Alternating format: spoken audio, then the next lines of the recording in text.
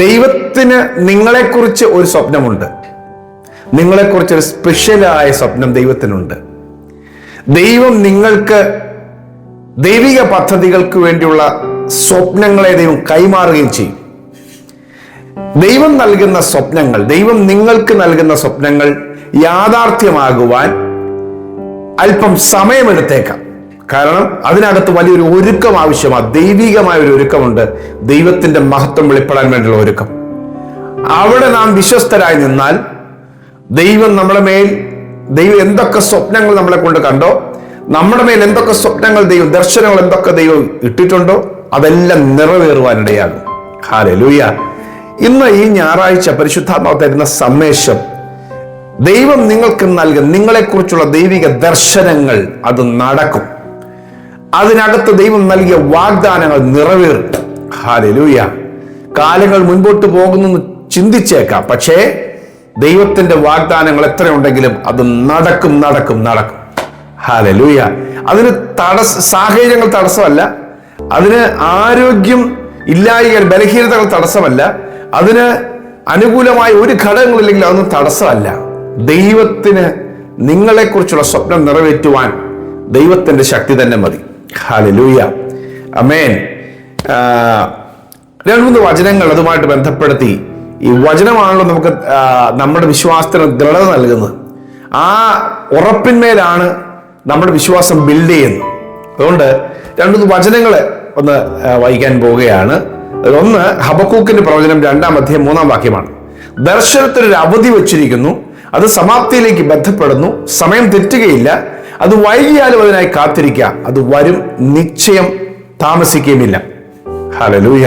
അത് ദൈവികമായ ഒരു പദ്ധതിയാണ്, അതിനുവേണ്ടി കാത്തിരിക്കണം. അടുത്ത വചനം എഴുതിയിരിക്കുന്നത്, എന്നാൽ എൻ്റെ നീതിമാൻ വിശ്വാസത്താൽ ജീവിക്കും. ഹല്ലേലൂയ.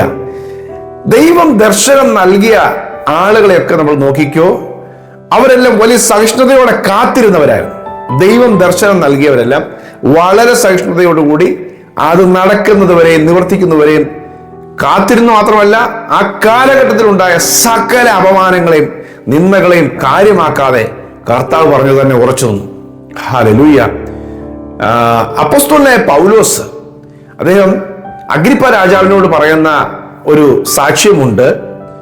താനൊരു തടവുള്ളി ആയിരിക്കുമ്പോൾ തന്നെ ശിക്ഷിക്കാനായിട്ട്, യേശുക്രിസ്തുവിന്റെ സുവിശേഷ നിമിത്തം ഒരു തടവുള്ളി ആയിരിക്കുമ്പോൾ ശിക്ഷിക്കാനായിട്ട് അദ്ദേഹത്തെ കൊണ്ടുവന്ന് നിർത്തുമ്പോൾ പൗലോസ് പറയുന്നുണ്ട്, അഗ്രിപ്പ രാജാവേ, ഞാൻ ദൈവം നൽകിയ സ്വർഗീയ ദർശനത്തിന് ഞാൻ അനുസരണക്കേട് കാണിക്കില്ല. ദൈവം എനിക്ക് നൽകിയൊരു ദർശനമുണ്ട്. ഹല്ലേലൂയ. ഇരുളിൽ നിന്ന് വെളിച്ചത്തിലേക്കും സാത്താന്റെ അധികാരത്തിൽ നിന്ന് ദൈവത്തിങ്കിലേക്കും തിരിക്കാൻ വേണ്ടി, ജനങ്ങളെ തിരിക്കാനാണ് ദൈവം എനിക്ക് ദർശനം നൽകിയത്. ഹല്ലേലൂയ. അപ്പോസ്തലപ്രവൃത്തി 9-ാമത്തെ അധ്യായത്തിൽ ഞാൻ പറഞ്ഞ ആദ്യത്തെ വാക്ക് ഈ അപ്പോസ്തലപ്രവൃത്തി 26-ാം അധ്യായം 18-ാമത്തെ വാക്യമാണ്. അപ്പോസ്തലപ്രവൃത്തി 9-ാമത്തെ അധ്യായത്തിലാണ് ദർശനം കാണുന്നത്. ഹല്ലേലൂയ. നീ എൻ്റെ നാമം, അല്ലെങ്കിൽ പൗലോസ് യേശുവിന്റെ നാമത്തെ ജാതികളുടെയും രാജാക്കന്മാരുടെയും ഇടയിൽ, അല്ലെങ്കിൽ അവിടെ മുമ്പിൽ ഘോഷിക്കുവാൻ ദൈവം തിരഞ്ഞെടുത്ത പാത്രമാണ്. അതിനുള്ള ദർശനമാണ് ദൈവം കൊടുത്തത്. ദൈവം അവിടെ എത്തിച്ചു കേട്ടോ. ഹല്ലേലൂയ. ദൈവം വിശ്വസ്തനാണ്. ദൈവം നിങ്ങൾക്ക് ദർശനം തരും, അവിടെ ദൈവം എത്തിക്കും. അതിന് എത്ര അണലി കടിച്ചാലും, എത്ര കപ്പൽ തകർന്നാലും, ആരെല്ലാം കൊല്ലും നീന്തിച്ചാലും, ദൈവം പറഞ്ഞ ദർശനത്തിൽ നമ്മൾ വിശ്വസിക്കുന്നെങ്കിൽ, അത് ഉറച്ചു നിന്നാൽ അത് സാധ്യമാകും. അത് എത്ര തടസ്സമുണ്ടെങ്കിലും ദൈവം അതിനെ പരിഹരിച്ച് അവിടെ ഒരു പൂർത്തീകരണം തരും. ഹല്ലേലൂയ. മോശ എന്ന് പറയുന്ന വ്യക്തി മുൾപ്പറപ്പിൽ ഒരു ദർശനം കാണുകയാണ്.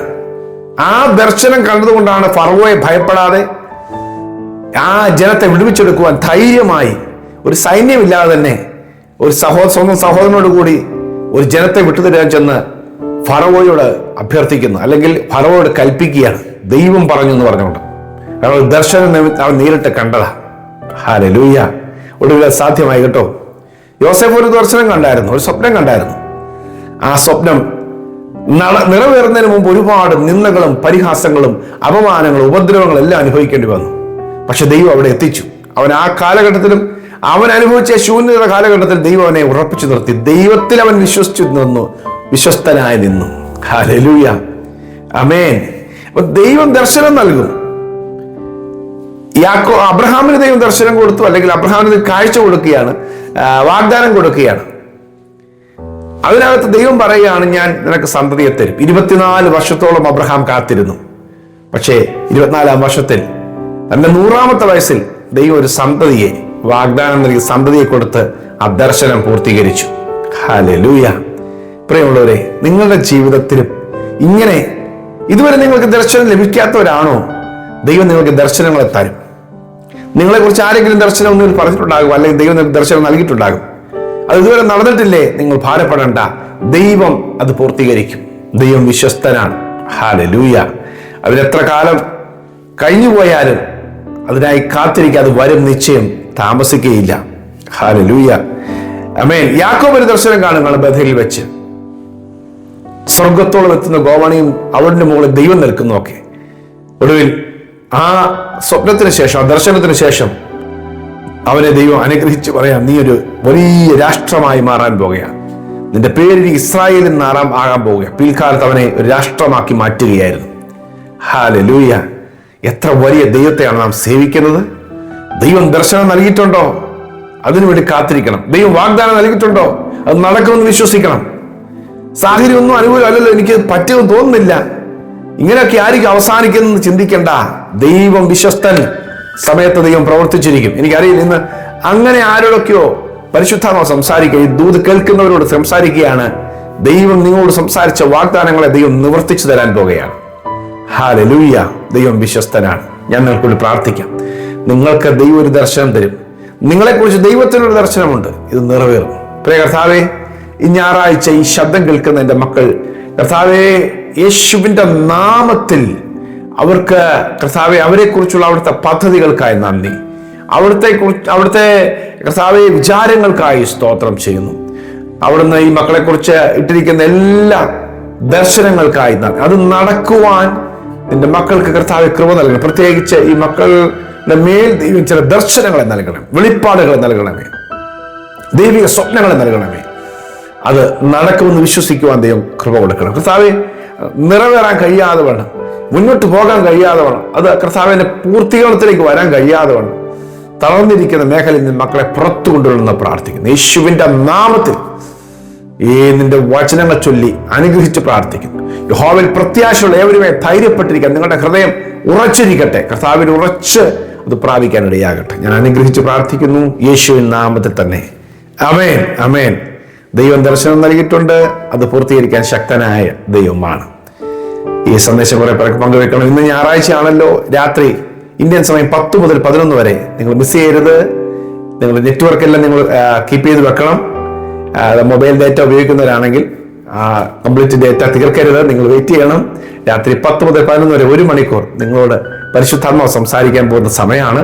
നിങ്ങളത് ജോയിൻ ചെയ്യണം. സൂമിലൂടെയാണ്. അതിന്റെ ലിങ്കും ഐഡിയും പാസ്വേഡും ഒക്കെ നമ്മുടെ യൂട്യൂബ് ചാനലിന്റെ ഡിസ്ക്രിപ്ഷനിലുണ്ട്. നിങ്ങൾക്ക് ലഭിച്ചില്ലെങ്കിൽ നിങ്ങളുടെ വാട്സ്ആപ്പ് നമ്പറിൽ മെസ്സേജ് അയച്ചാൽ മതി, നിങ്ങൾക്ക് അയച്ചു തരാം. ജോയിൻ ചെയ്യണം. God bless you. Have A very blessed Sunday.